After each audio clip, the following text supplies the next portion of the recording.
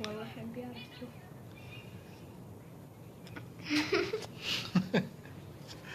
السلام عليكم ورحمة الله وبركاته. أبدا عليك كتاع.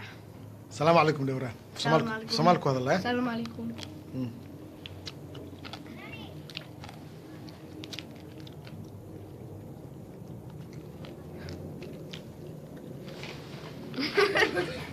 حقو قصلي وراه. رجوا أشاد مرنا وشاكو. له. مشاكو أستاذ دمر مشاكو. دمرنا وشاكو. كالو وراه سفرس. كلا أبو دي.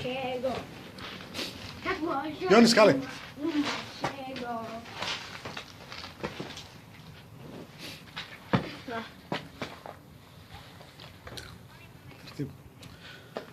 Soomaaliya ha israacdo ummadda Soomaaliyeed waxaa u dhalatay dawlad wanaagsan oo shacabka ay doorteen marka dadka photoshopyaasha soo sameynaya madaxweyne farmaajo wuxuu la masawirnaa gabre waxaan u sheegaynaa inay waxaa iska joojiyaan madaxweyne farmaajo khayr allah siiyo ilaahay dawladda uu soo dhisay asaga iyo khayre in ilaahay mataqaanaa uu u sahlo arrimaha ay leeyihiin iyo sidii ummadda Soomaaliyeed sharafkeeda u soo celin lahayn marka baldadoyna waxaa is weydiisaa nimankan oo maaragtay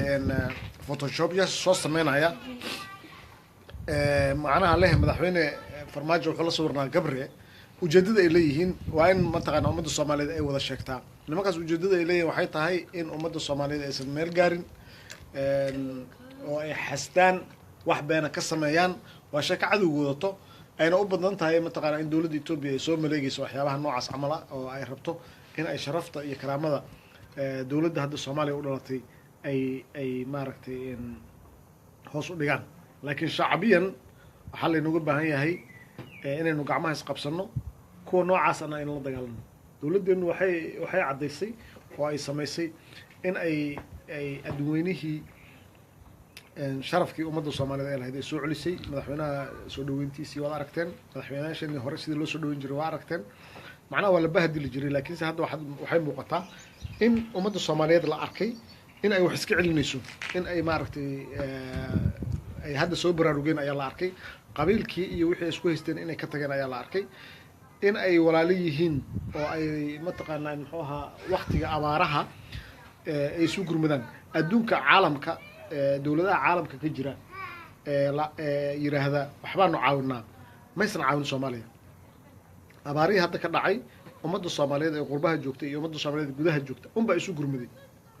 taas ayaa la arkay taas waxay keentay in marka mataqaanaa muxuu ahaa laga yeesho interest gooni ah oo la yiraahdo haa dadkani waa dad soo jeestay hadda dalka dhisanayaan mid kasta wuxuu ka diyaarinaa sambatig iyo mataqaanaa inuu kula saaxiibo ayuu rabaa marka kuwa noocaas camala haddaba kuwa isku sheegaya inay sinjiga Soomaali yihiin ee soo sawiraya waxyaabo aan jirin oo been ah waxay caddaynaysaa dee in mataqaanaa ay ka xun yihiin in ummadda Soomaaliyeed ay wax noqoto marka nimankaas walaalka xataa ha ahaadee waa in la dagaalamaa la iska celiyaa runta loo sheegaa walaa daahir cali suu midkii dhahan walaa kan kale meelaha ka bakbaklaya walaa la yaana loo camirine ha la iska celiyo walaa qabiil bayna shaqo ku lahayn waa dad shakhsiyaad ah oo mataqaanaa dana gaara leh oo macnaha cadowga Itoobiya u shaqeeya maanta waxaa noo jirta qorax alxamdulilaahi rabbi alcaalamiin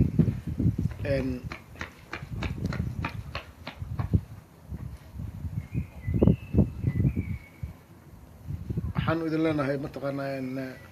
nagula ciida qoraxdaasu ilaahay na siiyey maanta maasha allah hadda bunuuni iska ciyaari doonaa mar dhow marka ummadda Soomaaliyeed gacmaha la isqabsado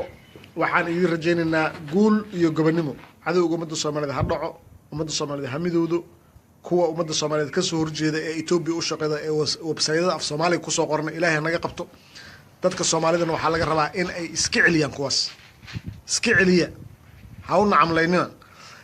inta xun Soomaalida inta fiican iyo inta xun waxaa badan inta fiican ayaa badan laakiin inta xun kaliya hadasha inta fiican way iska aamusan tahay marka inta fiican waxaan leenahay hadla oo soo bandhiga oo dadka iska celiya السلام عليكم ورحمة الله وبركاته.